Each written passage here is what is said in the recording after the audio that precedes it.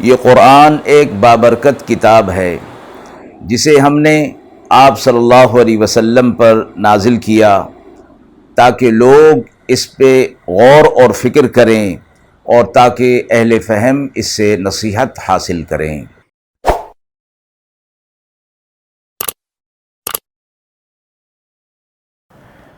بسم اللہ الرحمن الرحیم۔ السلام علیکم ورحمۃ اللہ وبرکاتہ۔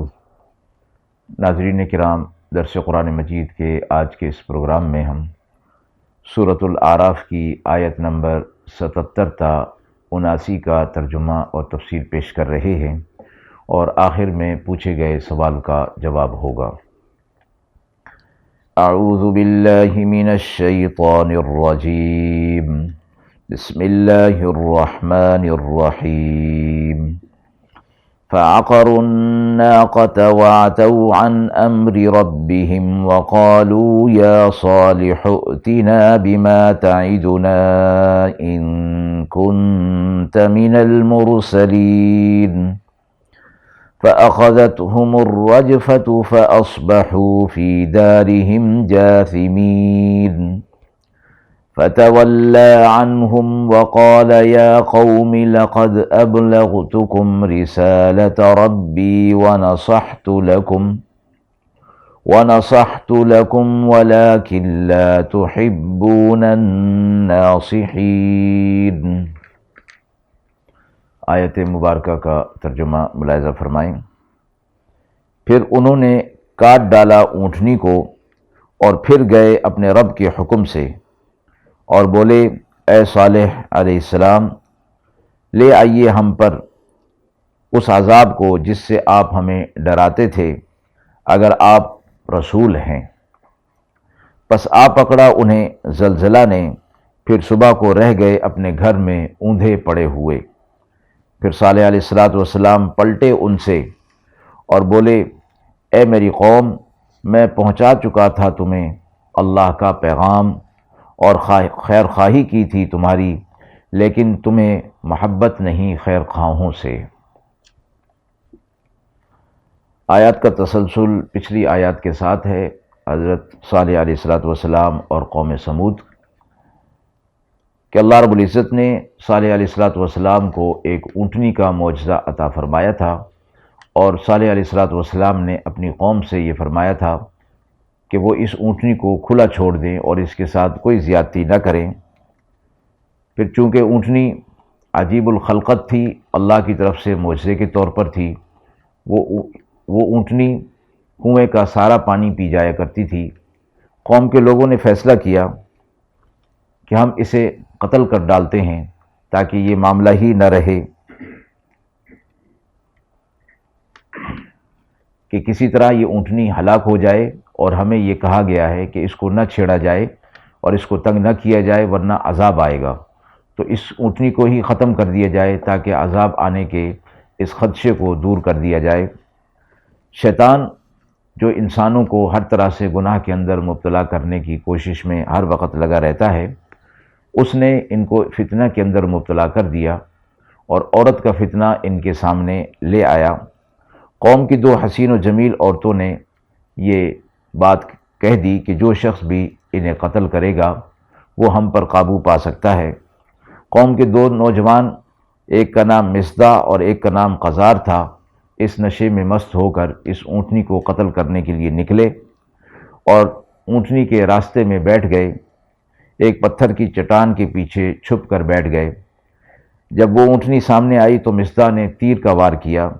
اور قزار نے تلوار سے اس کی ٹانگیں کاٹ دیں اور قتل کر دیا۔ قرآن مجید نے قوم سمود کے ان دو نوجوانوں نے جو یہ حرکت کی تو فرمایا کہ یہ بڑی بدبختی اور شقی القلبی کا معاملہ تھا، اور اس کی وجہ سے پوری قوم عذاب کے اندر مبتلا ہو گئی۔ اذ انبعث اشقاہا، شقاوت اور بدبختی کا کام انہوں نے کیا۔ صالح علیہ السلام جو انہیں تنبیہ کر رہے تھے، وہ تنبیہ اب پوری ہوئی تو صالح علیہ السلام نے فرمایا کہ تم نے اونٹنی کو قتل کر دیا ہے، اللہ رب العزت تمہیں اس میں عذاب میں مبتلا کریں گے، اور ذالک وعد غیر مکذوب، یہ ایسا وعدہ ہے کہ جو جھوٹا نہیں ہو سکتا، یہ ہر حال میں پورا ہوگا۔ 3 راتوں تک اپنے گھروں میں تم آرام کر لو، اس کے بعد عذاب آنے والا ہے اور اس کے خلاف نہیں ہو سکتا۔ قوم کے لوگ پھر مذاق اڑانے لگے اور کہنے لگے کہ اگر اس طرح کا کوئی عذاب آنے والا ہے تو ہمیں اس کی کچھ نشانی بتا دی جائے تاکہ ہمیں معلوم ہو کہ عذاب آ رہا ہے۔ یہ بھی ایک ان کی جرت تھی۔ صالح علیہ السلام نے فرمایا کہ عذاب کی علامتیں چاہتے ہو تو وہ تمہیں میں بتا دیتا ہوں۔ کل جمعرات کے روز تم سب کے چہرے سخت زرد ہو جائیں گے، مرد اور عورت، بچہ، بوڑھا، کوئی نہیں بچے گا، سب زرد ہو جائیں گے۔ پھر اس کے بعد جمعے کے روز سب کے چہرے سخت سرخ ہو جائیں گے، اور پھر ہفتے کے روز سب کے چہرے شدید سیاہ ہو جائیں گے، اور یہ دن تمہاری زندگی کا آخری دن ہوگا۔ بدنصیب قوم نے یہ سن کر بجائے اس کے کہ توبہ استغفار کی طرف متوجہ ہوتے اور صالح علیہ السلام کی بات پر توجہ دیتے، انہوں نے فیصلہ کیا کہ صالح علیہ السلام کو ہی قتل کر دیا جائے، کہ اگر یہ سچے ہیں اور ہم پر عذاب آنا ہی ہے تو یہ کیوں پھر باقی رہے، ان کا کام تمام کر دیا جائے، اور اگر جھوٹے ہیں تو اپنے جھوٹ کا خمیازہ بھگت لیں۔ چنانچہ قوم جو ہے وہ تیار ہو گئی، اور رات کے وقت میں صالح علیہ السلام کے مکان پر قتل کے ارادے سے جمع ہو گئے، مگر اللہ رب العزت نے ان کے اس ارادے کو ناکام کر دیا۔ راستے میں ہی ان پر پتھر برسا دیے گئے اور یہ لوگ ہلاک ہو گئے۔ فرمایا گیا کہ انہوں نے ایک تدبیر کی تھی اور اس کے مقابلے میں اللہ نے تدبیر کی جو کہ کامیاب رہی، اور ان کی تدبیر ناکام ہو گئی۔ صالح علیہ السلام کے کہنے کے مطابق عذاب کے آثار شروع ہوئے اور ان کے چہرے زرد ہو گئے۔ پہلی علامت سچا ہو جانے کے بعد بھی یہ لوگ اسی طرح برائی کے اندر مبتلا رہے اور صالح علیہ السلام کے پاس نہیں آئے کہ وہ اللہ سے دعا کرتے، چونکہ یہ لوگ اس بات کو طے کر چکے تھے، تہیہ کر چکے تھے کہ ہم نے صالح علیہ السلام کی بات کو قبول نہیں کرنا۔ اللہ تعالیٰ نے صالح علیہ السلام کی جو بات عذاب سے متعلق تھی اس کو پورا فرمایا، اور یہ لوگ پھر اسی طرح سرخ ہو گئے اور پھر سیاہ ہو گئے۔ پھر ایک وقت آیا کہ ہیبت ناک چیخ اور آواز، شدید آواز تھی، جس سے یہ بیک وقت بیٹھے بیٹھے، کھڑے کھڑے، اوندھے منہ گر پڑے، اور اللہ کی طرف سے پھر انہیں ایک جھٹکا زلزلہ بھی دیا گیا۔ اور جو حالات اور واقعات کے اندر آتا ہے کہ جبریل علیہ السلام زمین کے اس حصے کو آسمان کی طرف لے گئے اور وہاں سے اوندھا کر کے پھینک دیا گیا، وہ بھی اسی قوم یعنی قوم سمود سے متعلق ہے کہ اللہ کے حکم سے جبریل علیہ السلام نے جس سرزمین پر یہ تھے اسے اوندھا کر کے گرا دیا۔ صحیح بخاری کی حدیث میں ہے کہ غزوہ تبوک کے موقع پر